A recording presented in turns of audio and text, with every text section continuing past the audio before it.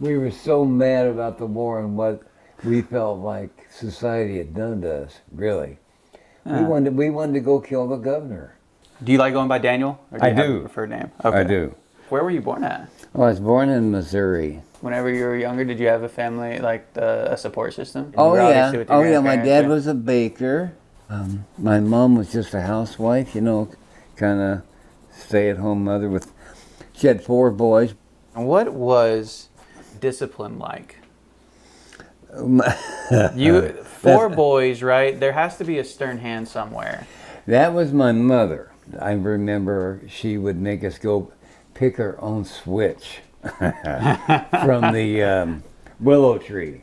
And she wasn't no easy. Now my dad, I remember the only spanking I ever remember him giving me, I was about maybe 10, 8, I don't know, somewhere in there.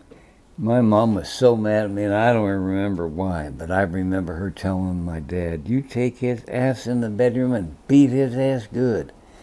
And I remember him taking his belt off, telling me, "You better make this sound good." Started beating the bed.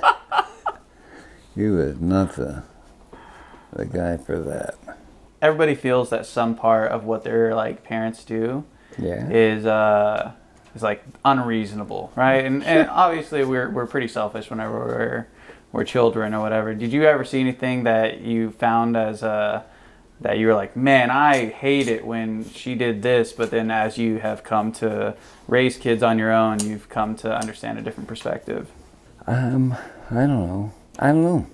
Yeah, just do the best that we can with what we have. That Well, kind I of think you have mentality. to go up and beyond. I think there's a point where you go beyond the best you think you can. Where'd you graduate from high school at? In Missouri. In Missouri? Okay. Where would you, so you left that area. Where did you go to college at?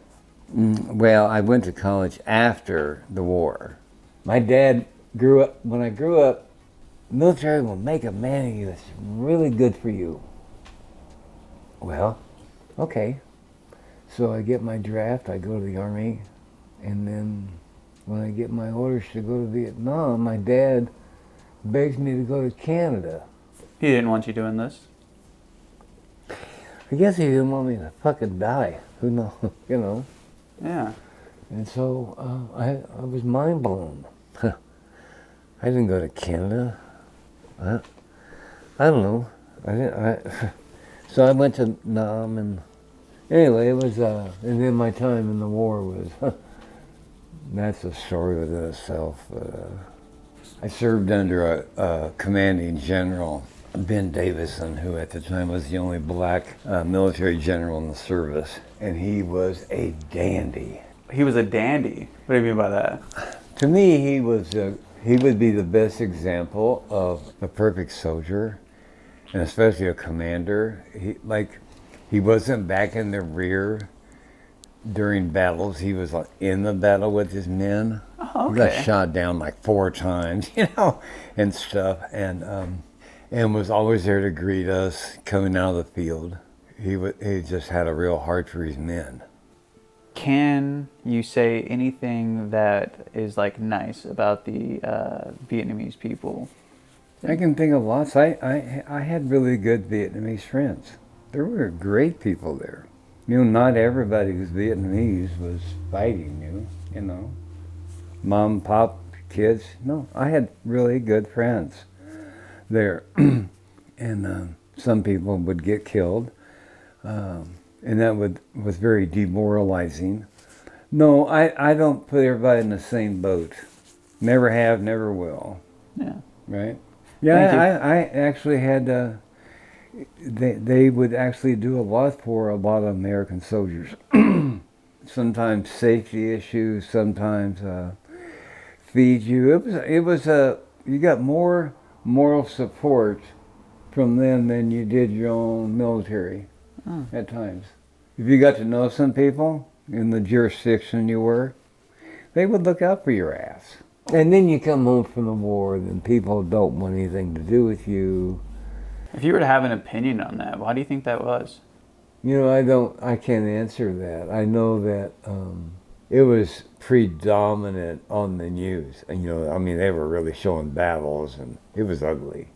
My dad couldn't even watch it. I remember my mom telling me. I don't know. I really don't know. It's kind of an interesting question. I've never had anybody ask me that. You talked about returning. For those combat veterans that happen to be coming back, would you say that what would be something that you would tell someone that had like a combat past? Well, I will tell them, don't bury what you've done and your feelings. Seek help from the VA, because now they have good help. When I came home, there wasn't any help. If you go back in history and look at what the VA thought of Vietnam vets, they just thought we were just a bunch of crazed, marijuana smoking junkies, that just rebellious bunch of kids. And that wasn't it at all.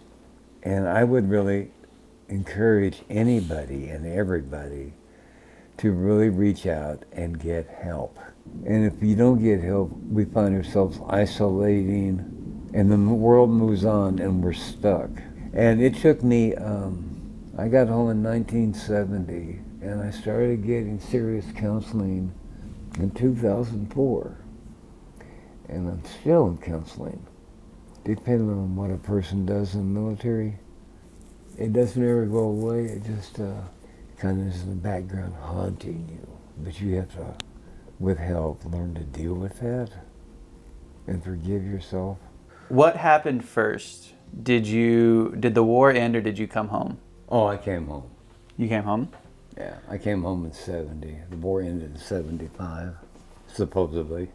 I went home and realized that home was not where I was supposed to be. I felt like an outsider. All my old friends were doing their thing, and I was the only vet I knew, and so I got together with 3 other vets in Topeka, Kansas. We were so mad about the war and what we felt like society had done to us, really. We wanted to go kill the governor. We had an apartment 3 blocks from the damn state capitol, and we used to go visit, like, okay, we'd catch him in an elevator. It was insane, dude.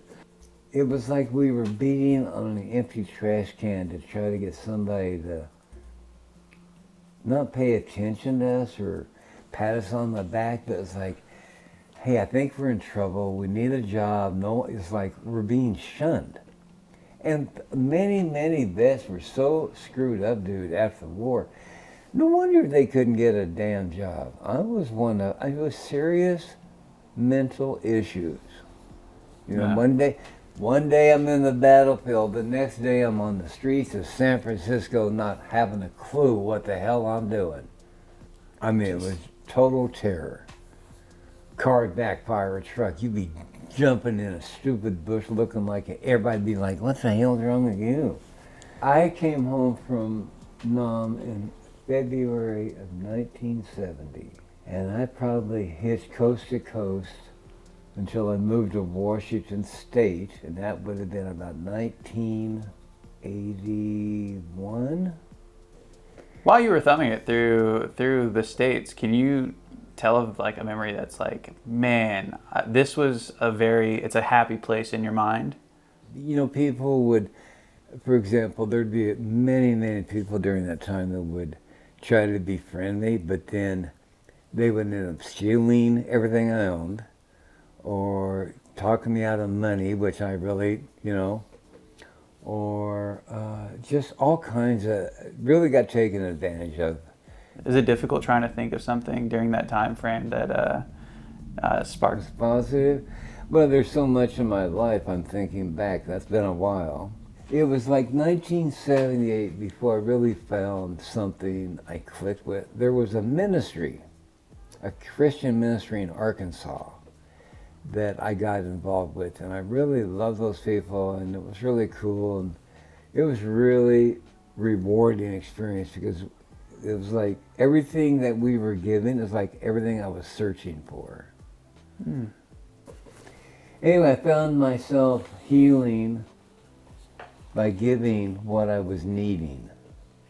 That if I would focus on somebody else's I won't even call it a problem or an issue, but their need or want or something that was genuine, authentic. I could get myself so caught up into it and helping them that I found myself healing from the inside by doing those things. You were married prior to your wife now. Is that true, or is that... Yes, Okay. yes. So obviously it was after, was it 78 that you got into Seattle? Did you meet your first wife here? No, no. This is actually my third wife. My first wife, I married in 72, and we divorced in 74 on our anniversary. I met my second wife in 94, and Zinda died of a brain tumor in 99. That was a hard one to take. So after my second wife died, 2 years I was paralyzed. I had my kid, one of my older boys. I couldn't even cook a hamburger. I was so pathetic. I just couldn't get it together. Anyway, survived it somehow, and then, let's see, 2 years after Zinda died, I met Heidi, and she was my boss. I finally got a job, and she became my boss. Yeah, so we hated each other that well, yeah. Why the adoption, as old as you are? Long story short is I wrestled him away from a sex predator. I had to go through this huge investigation, big time. I was really shocked. But anyway, went through that, passed with flying colors. Took me about a year. I got him legally mine at age 2, but I got him from the hospital on day 1. Do you ever feel like you're 70 years? Did I feel 70? Yeah. No, I should, but I don't. And it'd probably get me in trouble. I'm slower, but I feel like I'm pretty sharp. Hell, I'm having to learn new math again, so why not? That's not how I learned it. No, anyway. No, I feel blessed. Health-wise, I'm good. My wife, who died of a brain tumor at 38, taught me a lot. Bravest individual I've ever known in my life. I swear to God, for what she was facing. I've just never witnessed that much courage, I think, when you know your life's on the... Even in battle, I don't think I even witnessed that much courage that she had. Knowing this is the consequence, I know I'm going to die, and it's not going to be long, and just accept that. And I did everything but accept it. It's a big life lesson. Yeah, I never want to go through that again. And the most awful thing about it wasn't her death. I mean, that was beyond, but it was people, my good friends and family and neighbors. I know how you feel. I want to fucking kick their ass for that shit. If there's a lesson that we should all learn, if you want validation on what you believe and say, give the person you're talking to the same amount of validation, no matter if their view is out in left field. Validate it. You don't have to accept it, but give them the equal amount of respect that you want for yourself and your beliefs and what you're trying to say. And you go through life wonderfully if we just do that. Life, and what it offers us, is a chance to make decisions and help others make the right decisions by our experiences. Because if I touch the hot plate and I tell my kid, don't touch that, it's because of my experience. And if we validate and listen to each other, we're not so far apart as we think.